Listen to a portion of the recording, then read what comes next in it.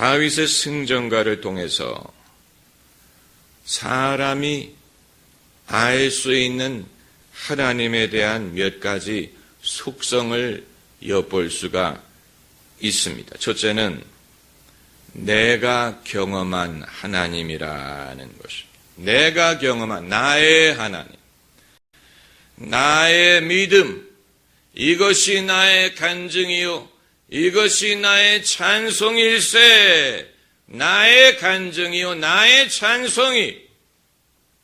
제가 누누이 말씀드리지만 평소에 음악을 연주할 때는 신나고 재미있게 잘 연주하는 분들이 찬송가 앨범을 낼 때면 하나같이 처지고 지루한 방법으로 연주하는 것을 저는 이해할 수가 없습니다. 뛰어난 아티스트들이 자기도 기독교인이기 때문에 찬송가 앨범을 내겠다. 그래서 기대하고 들어보면 하나같이 처지고 하나같이 지루해.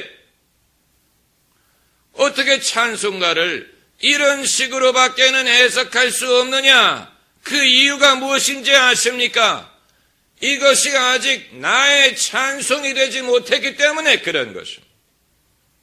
이것이 나의 간증이요, 이것이 나의 찬송일세, 나의 찬송이 되기 전까지는 그 찬송가에 얼마나 능력과 기쁨과 영감과 기름 부음이 있는 줄을 발견하지 못하기 때문에 내 노래로 부르는 것이 아니고 남의 노래를 부르는 것입니다.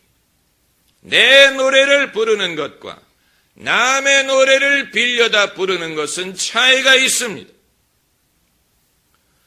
여러분, 오 해피데이라는 곡 아시죠? 오 해피데이. 그 노래가 주의 말씀 받은 그날 참 기쁘고 복되어라, 이 찬송가를 편곡한 것이라는 사실을 아는 사람은 그렇게 많지 않습니다.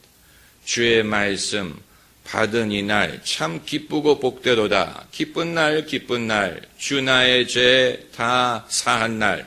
이 찬송가에서 어떻게 오 해피데이가 가능해요? 여러분 모르셨던 분 많을 겁니다. 어떻게 기쁜 날 주 나의 죄 다 씻은 날 늘 깨어서 기도하고 늘 기쁘게 살아가리. 여기에서 오 해피데이 오 해피데이 오 해피데이, 어떻게 이 노래가 이 찬송가에서 가능합니까? 그 노래를 자기 것으로 소화한 사람에게는 가능합니다.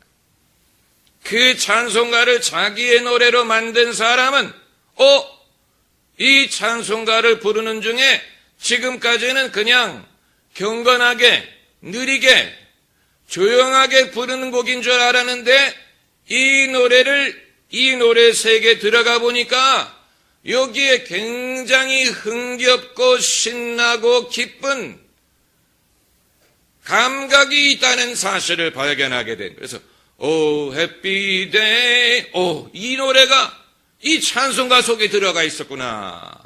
그래가지고 재발견한 거예요. 여러분, 그런 것이 얼마나 많은지 몰라요. 그러니까 자신의 음악, 자신의 찬송을 만들기 전까지는 남의 노래를 빌려 부르는 식으로 부르니까 하나같이 노래가 지루하고 처지는 거예요. 여러분, 우리가 어떤 노래를 부르든 어떤 찬양을 부르든 어떤 찬송가를 부르든 절대로 그 음악이 사람의 기분을 다운시킨다든가 우울하게 만든다든가 슬픔을 자아낸다면 그건 성령으로 말미암은 것이 아니에요. 성령은 절대로 사람의 기분을 우울하게 만드시는 분이 아니에요. 그건 사람의 육신이죠.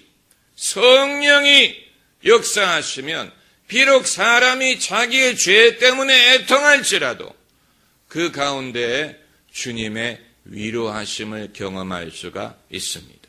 위로라는 말은 영어로 comfort라고 하는데, comfort는 그 어원이 come이란 말은 함께라는 말이고 fort란 말은 힘이란 말이에요.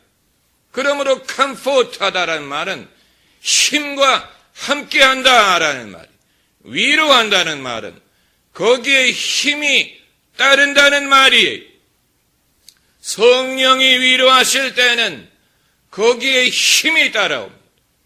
그러므로 그 노래가 어떤 노래든 간에 찬송이나 교회 음악을 제대로 부를 때에는 반드시 거기에 기쁨이 있어야 되고, 거기에 흥겨움이 있어야 되고, 거기에 신명이 나타나야 됩니다. 왜냐하면 신명이란 말은 결국은 기름 부음, 성령의 기름 부음을 나타내는, 살리는 것은 영이니 육은 무익하니라. 이 사실을 모르는 사람들이 많아요. 그래서 찬송가를, 다른 노래를 부를 때는 춤을 추고 박수를 치고 신나는 사람이 찬송가만 불렀다 하면 장례식에 온 사람 같아요. 그들은 경건하다는 것을 엄숙하고 지루한 것으로 해석을 하는 듯합니다. 경건한 것은 지루한 것이다. 절대로 그렇지 않습니다. 절대로 그렇지 않습니다. 다윗이 그가 말하기를 오늘 읽지 않았지만 23장 1절에 이는 다윗의 마지막 말이라 이새의 아들 다윗이 말하며 높이 올리운 자 야곱의 하나님에게 기름 부음 받은 자 이스라엘의 노래 잘하는 자가 말하도다. 자기 자신을 뭐라고 부르냐면 높이 올리운 자, 기름 부음을 받은 자, 노래 잘하는 자, 그리고 2절에 여호와의 신이 나를 빙자하여 말씀하시며 그 말씀이 내 혀에 있도다. 다윗이 자신의 뛰어난 재능으로 노래를 하는 게 아니고 하나님의 신이 나를 빙자하여, 이 말은 나를 통하여, 나를 도구로 사용하여 여호와의 신이, 다시 말하면 성령이 나를 통하여 말씀하시고 그 말씀이 내 혀에 있도다. 다윗의 모든 시와 노래는 성령으로 말미암은 것이라는 얘기입니다.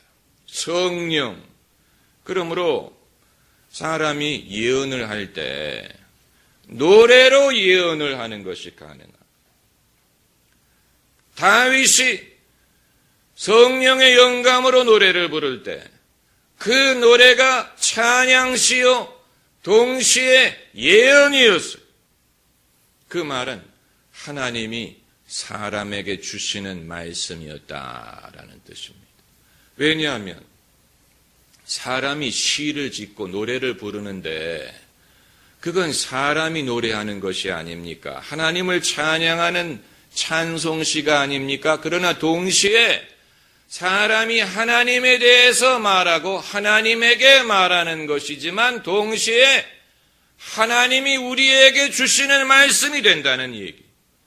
그렇기 때문에 성령의 영감으로 노래를 부를 때 그것이 하나님을 찬양하는 것인 것뿐만이 아니고 하나님이 우리에게 주시는 말씀이 된다는 얘기. 성령으로 말미암는 노래에는 반드시 예언적인 성격이 있습니다. 예언적인 성격이 있습니다.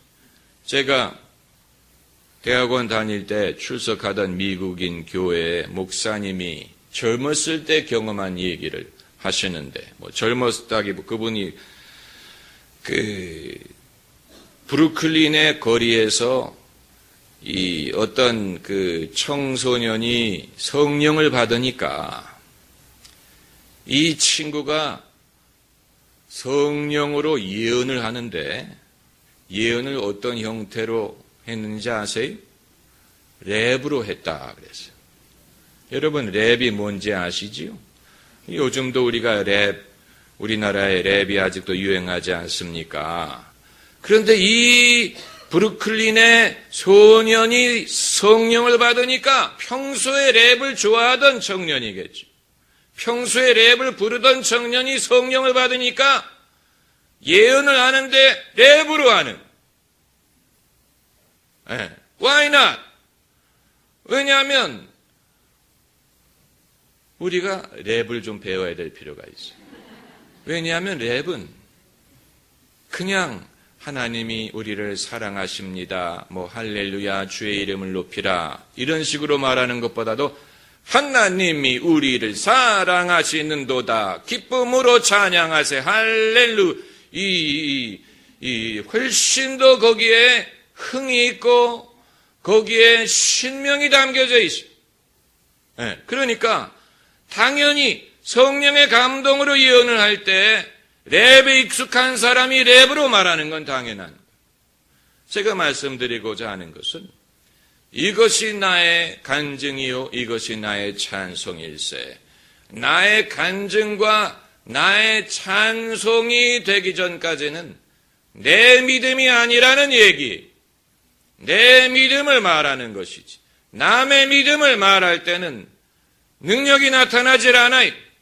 내 믿음을 말할 때 사람들이 듣기 시작하고 남의 믿음을 말할 때는 사람들이 지루해서 비비꼽니다. 참 이상해.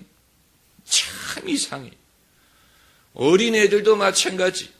어린아이들이 뭘 알겠습니까? 그러나 어린아이에게 나의 간증, 나의 확신하는 바를 말할 때는 눈을 크게 뜨고 듣는데 그게 아니고 어디서 책에서 읽은 얘기, 남에게 주워드린 얘기를 하면 지루해서 비비꼬아요.